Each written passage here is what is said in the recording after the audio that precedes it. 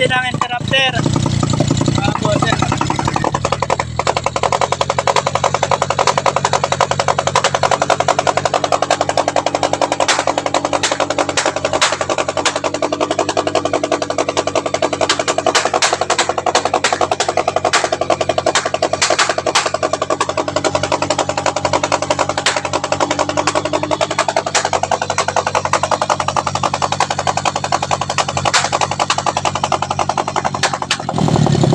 Request ng may-ari mga boss.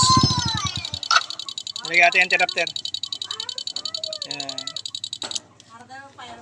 Mahina pa nga yan. Kung ang tambutso niyan ay yung ano, alam mas malakas ka naman may baril.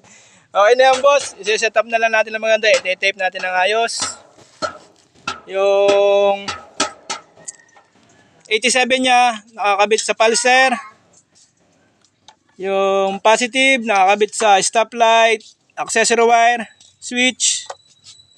Tapos yung kanyang ground nakakabit din sa kappa ground. Yan. Ground.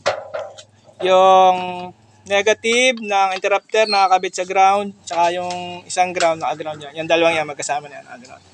Alright.